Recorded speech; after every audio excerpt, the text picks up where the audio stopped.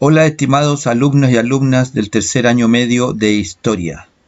Les habla su profesor Carlos Garcés y a través de estos videos vamos a expresar y explicar los contenidos correspondientes a el ramo de Historia de Chile. Para ello nos ayudaremos con estos videos que vamos a presentar y también con la ayuda del libro de tercero medio que se les enviará mediante formato PDF y el cual podrán descargar en la página que tiene el establecimiento para realizar estas clases. La metodología consistirá en que ustedes utilizarán el libro que les acabo de mostrar, más esta explicación que daremos a través de este video, y en base a esto ustedes van a responder las actividades que se le van a plantear, ya sean cuestionarios o guías, que en el documento adjunto con este video se dará la instrucción. Además, también estas clases estarán disponibles en mi canal de YouTube, donde ustedes podrán ver las clases, además de esta misma clase que va a quedar registrada en la página del colegio, ¿ya? Así que bueno, para comenzar nosotros vamos a estudiar la unidad número 1 de historia, que tiene que ver con historia del siglo XX chileno, ¿ya? Y la unidad se denomina, como ustedes pueden ver acá, crisis del parlamentarismo y la irrupción de los nuevos actores sociales. Y en esta primera lección, ya lo que vamos a analizar es cómo era nuestro país a inicio del siglo XX, donde existía fundamentalmente un sistema político parlamentario, el parlamentarismo que se denomina, que como ustedes verán en la explicación del colega que va a exponer a continuación, surgió después de la revolución de 1891, una guerra civil que hubo en nuestro país, donde los sectores políticos afines a un sistema parlamentario instauraron ese sistema desde 1891 hasta 1925, que es donde hace el cambio político mediante la Constitución de 1925, que redacta con la participación del presidente Arturo Alessandri. Por lo tanto, nosotros lo primero que vamos a ver en esta lección 1 es cómo era el sistema parlamentario chileno, ¿ya? En qué consistía eso, y luego iremos dando otras lecciones para configurar el escenario en el cual se manifestaba este momento histórico de nuestro país. Así que ahora a continuación les paso a exponer el video donde el colega les va a explicar lo que es el sistema parlamentario y cómo funcionaba aproximadamente. Al final del video nuevamente les daré el resumen y la explicación de las actividades que ustedes tienen que realizar. Hola, estimados alumnos, ¿cómo están? ¿Cómo les va? Y la idea es, como siempre, retomar el libro de tercero medio. Y lo que vamos a hacer es comenzar con la materia, donde comienza con el parlamentarismo chileno, el parlamentarismo chileno.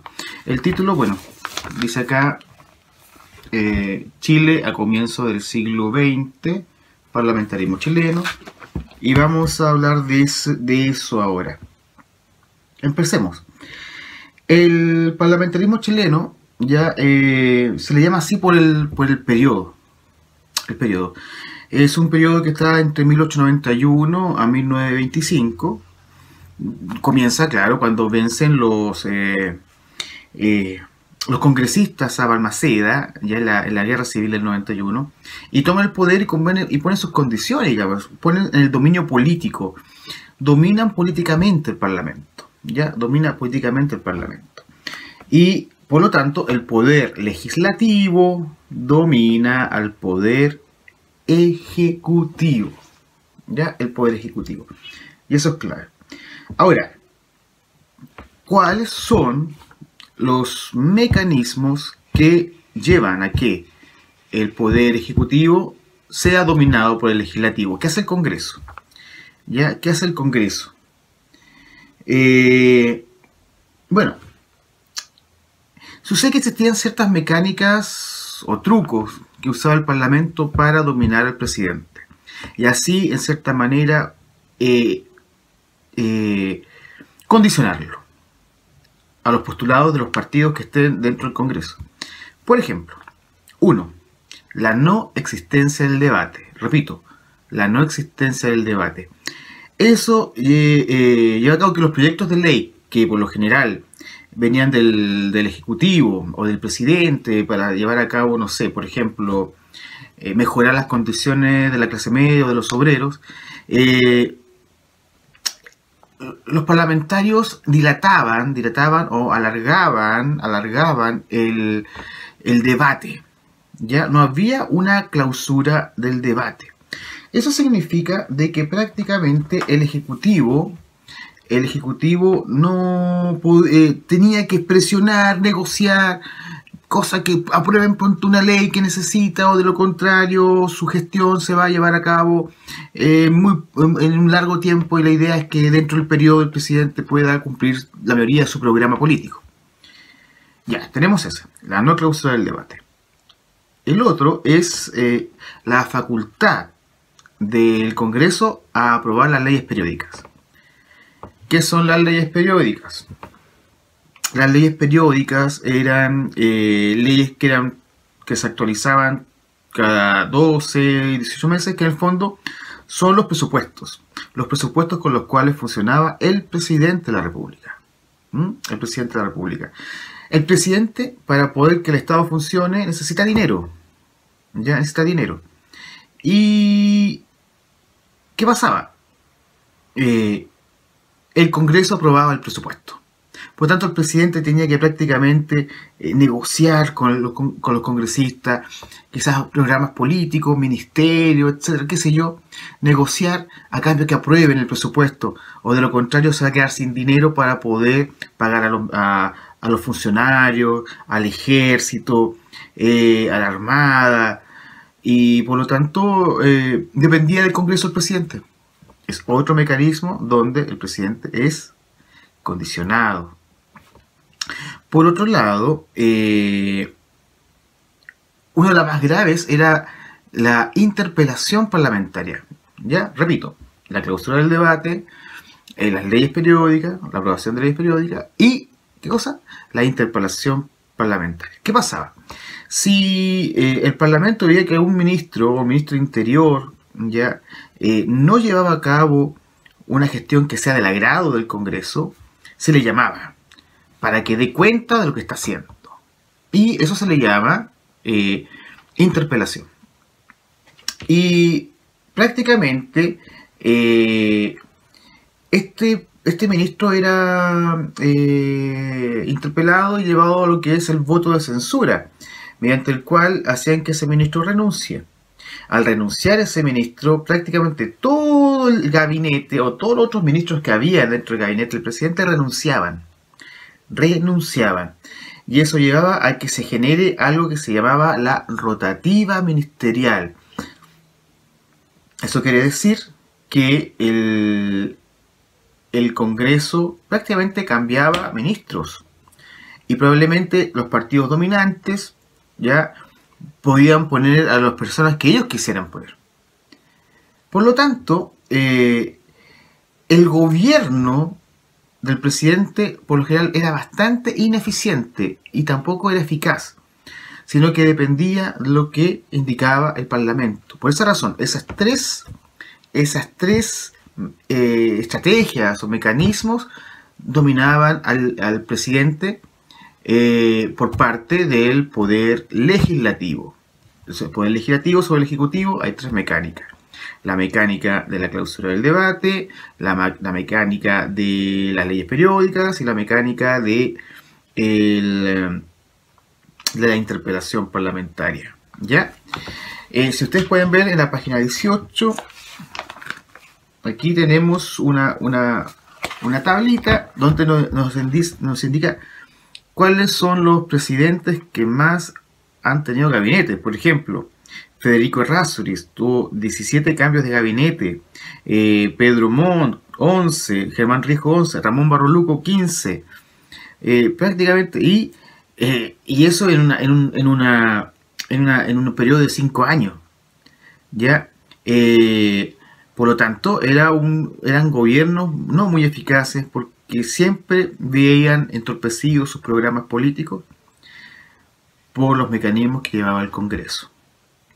Ya, una cosa aparte.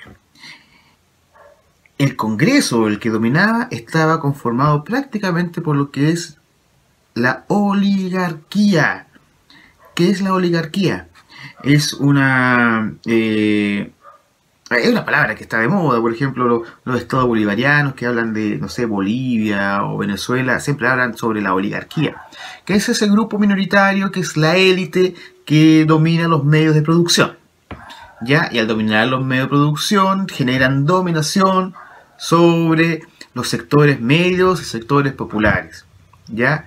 Y esta oligarquía estaba por lo general compuesta por terratenientes, los dueños de la tierra, los dueños de los fondos, banqueros, los dueños del dinero, industriales, dueños de la minería o socios de la minería, en este caso el salitre, que el gran capital extranjero inglés tenía, pero tenía socios minoritarios que era la élite chilena, y los grandes comerciantes.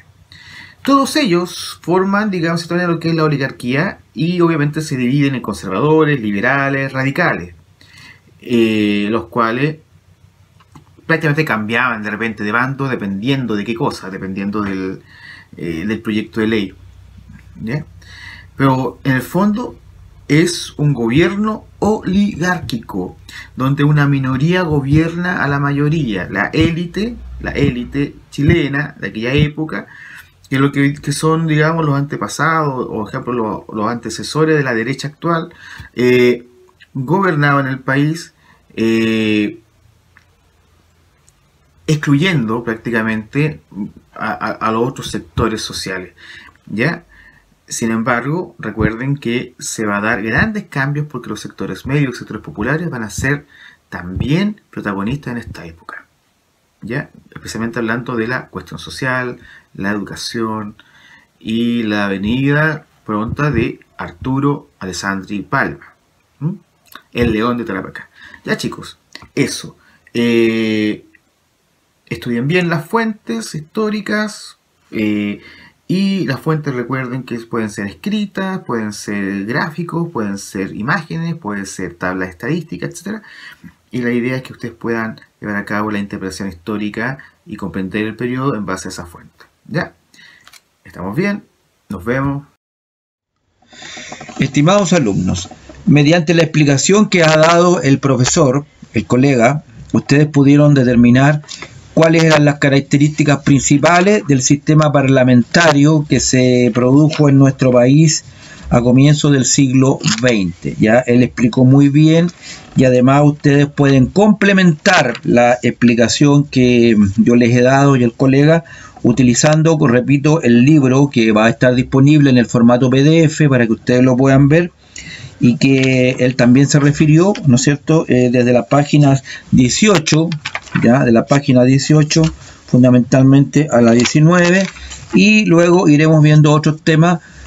No vamos a hacer exactamente igual como está en el libro, porque esto es ustedes saben que esto es una situación especial, por lo tanto vamos a ir tomando elementos muy centrales, además que en este caso historia de Chile son menos horas, por lo tanto está más reducido y hay que hacer énfasis en algunas cosas sumamente más importantes y no tanto en detalle, para que usted pueda tener la comprensión global del fenómeno histórico, ¿ya? Les pido entonces que resuelvan las actividades que se le plantean, que están indicadas, repito, en el documento que va adjunto con este video, porque es un todo, ya, ayudándose con la lectura del texto más la explicación que hemos dado en este video. También les quiero enviar un gran saludo para que ustedes se encuentren bien en sus casas, con su familia, que cumplan con todas las indicaciones de la autoridad sanitaria, el lavado de manos, revisar siempre si es que tienen que salir, cumplir con todas las indicaciones, porque la salud es lo primero. Estas actividades ustedes las realizan de manera pausada, tranquila, traten de tener un horario para poder hacerla, de tal manera de que hagan una rutina y no se sobrecarguen con tantas cosas. Todo, desearles darles un gran saludo y esperar que estén todos muy bien, que se cuiden mucho y nos estamos viendo en una próxima lección.